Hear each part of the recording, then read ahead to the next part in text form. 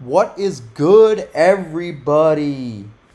It's Ohio Game Talks back with another video. So, the playoffs start today, man. I'm excited for this matchup. Unfortunately, my team will not be participating in it for the fourth straight year. Yeah, the Reds last made it in 2020. But I am so excited. It is playoff baseball, man. Always a great time. And, I love being able to tune in. These are, unpredictable playoffs, so no matter who's in the mix.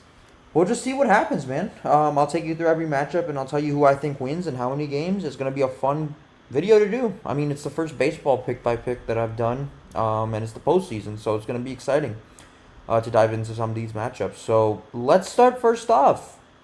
We have the Detroit Tigers at the Houston Astros, a three-game series, or best of three-game series in Houston, Minute Maid Stadium. It's like David versus Goliath. I mean, the Tigers are definitely the underdogs, no question about it. But they're coming into the series. They look not, I wouldn't say red hot, but they come into the series with some, they got a lot of impressive arms. Obviously, Tarik Skubal. I mean, he's the guy who could change things for Detroit. He's been pitching amazing, and if he can bring his best stuff, I think he could give him a fighting chance. But I think that, their bullpen obviously has been very solid as well. I mean, Jason Foley, Tyler Holton, they've been stepping up in big-time situations, which has really propelled them here. And offensively, they got to lean on Kerry Carpenter and Parker Meadows. He's going to be key. Parker Meadows has performed well in the playoffs before, and Carpenter's been like a revelation down the stretch. I mean, he's been, he's brought some... Meadows has brought the speed and everything, but I think Carpenter's brought, like, the power and the contact. So that's a big plus for Detroit. But they're facing the 2022 champions and almost the 2023 AL champions, but they lost in 7 games to the Texas Rangers. They've lost. Their team just seems built for October, man. Their lineup is filled with Jose Altuve, Yordan Alvarez, and they're just filled with guys that can come through in big moments. They've got Framber Vasquez starting for them as well, and he's got the command to shut this Detroit lineup down, man. So I think the Astros are very battle tested. They've been to the postseason so many times, so they have obviously the experience factor. They have home field advantage. I'm honestly pretty, it'd be cool to see Detroit go far, but I think that the Astros have been in the playoffs so many times that they just seem, I guess they're not afraid of getting rattled in this series. I just don't see them getting rattled. But if you're a neutral fan, I mean, I don't see how you're not rooting for Detroit, but, key for the Tigers are going to be obviously Tarik Skubal, Kerry Carpenter, Parker Meadows, and then the Astros, obviously, Jose Altuve, Yordan Alvarez, and Framber Valdez. So, I think that while Detroit's pitching is going to steal one game, I do have the Astros winning in 3 games. I think that Detroit can probably win game 1, and I think Tarik Skubal is starting game 1, so I think they could probably steal game 1. But I think the Astros have that sense of urgency where it's like they're gonna want to take the next 2, and I think that they have the capability to do that. I mean, who knows? Baseball is a very unpredictable sport, so you never know how it's gonna go. But I'm gonna pick the Astros based on experience and depth alone. Next up, we have the Kansas City Royals at the Baltimore Orioles, a 3-game series, best of 3-game series in Camden Yards. So take a look at both these teams. They both have some lean years, and they're both rebuilt, and they're back in the postseason. First time in a decade around. The Orioles Orioles were here last year, but the Orioles are full of young talent, man. I mean, this is one of the most exciting teams in the entire league. From a neutral standpoint, I mean, Gunnar Henderson, Adley Rutschman, I mean, they're two men that, Reds fans should remember. I mean, they they dominated us in the series back in May. I shouldn't say we had a tough time holding them in check, but Henderson's been spectacular all season long. Rutschman's been a game changer, especially behind the plate. Obviously, for them, they have Corbin Burnes. He struggled a little bit early in the season, but he ended up really rolling down the stretch, and especially in September, man. I mean, he's added a lot of arsenal to his game, and their bullpen has been a little shaky from what I've checked, but I think that could be a weakness, so I think Kansas City's hitting has got to take advantage of it. And then you look at the Royals. I mean, they're coming off a 106-loss season, so it's a great opportunity for them to come back, and it's a great, successful season that they made it back here. But Cole Reagans has been one of the best starters in the league since the All-Star break. What's his name? Seth Lugo. I mean, he's got a veteran presence, so they got a pretty good 1-2 punch right there, man. Bobby Witt Jr. He's obviously the Royals' offensive engine. Salvador Perez, obviously he's the only player that's on that team since the 2015 World Series that they had. So they don't have the firepower that Baltimore does, but I think they can grind out some games, especially with their pitching and defense. Both teams are fun stories, man. I mean, the Orioles got our young core. The Royals are kind of an underdog on the rise kind of team. As far as like the Orioles, I think Gunnar Henderson's important, Corbin Burnes and Adley Rutschman. The Royals, obviously Bobby Witt, Cole Reagans, and Salvador Perez. So I think, even though I think this is going to be a good series, I got the Orioles, unfortunately for Kansas City, sweeping the series simply because they got the experience. They seem pretty confident coming into the series, and I think Kansas City, I mean, they had a 106-loss season. Unfortunately, I just don't see them going up against this Orioles team. I think they can put up a fight in both games.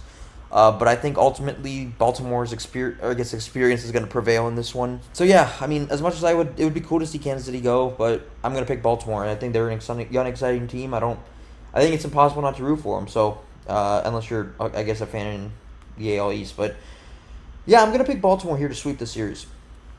Next up, we got the NL Wild Card Series. We got the New York Mets at the Milwaukee Brewers. This is some serious pitching to watch, man. The Mets have been up and down all year, but they've got pieces to make a deep run, man. They got, obviously, Francisco Lindor and Pete Alonso. They lead the offense. Alonso's power can change a game in a heartbeat, don't get me wrong, but I think it all comes down to, what's his name? How do you pronounce it? Kodai Senga?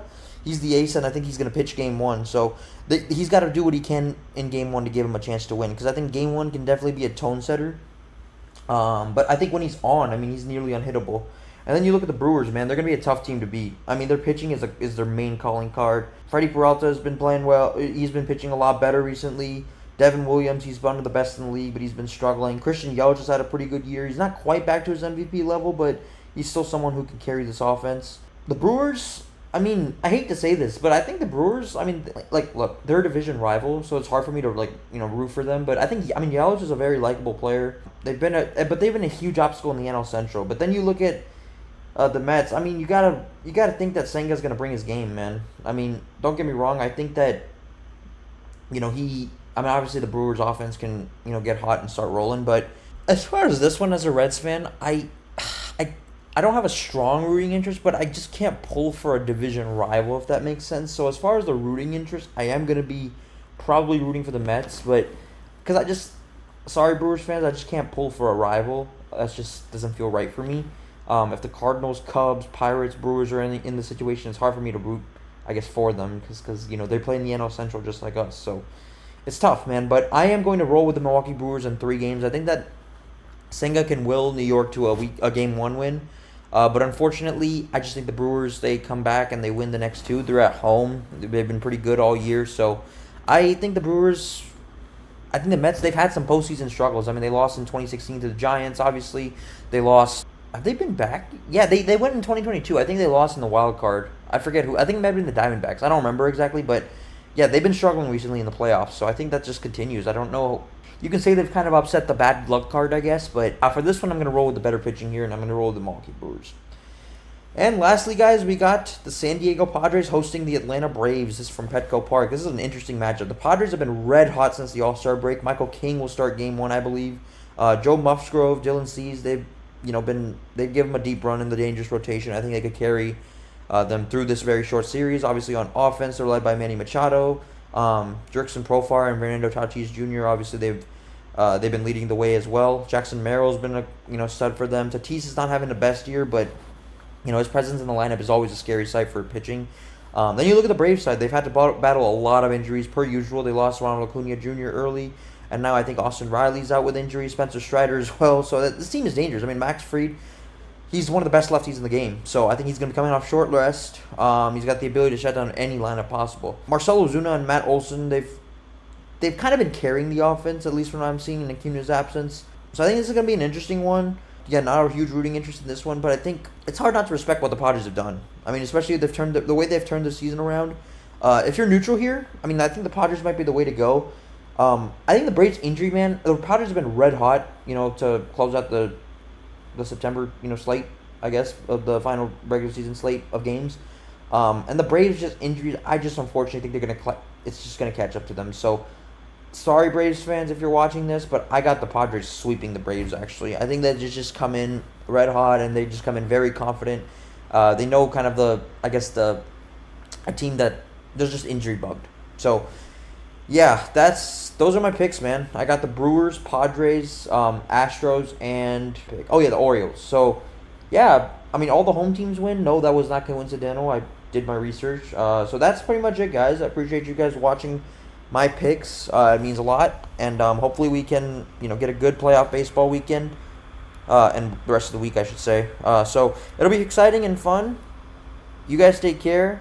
Let's go Reds. I'll be watching the MLB playoffs from the couch.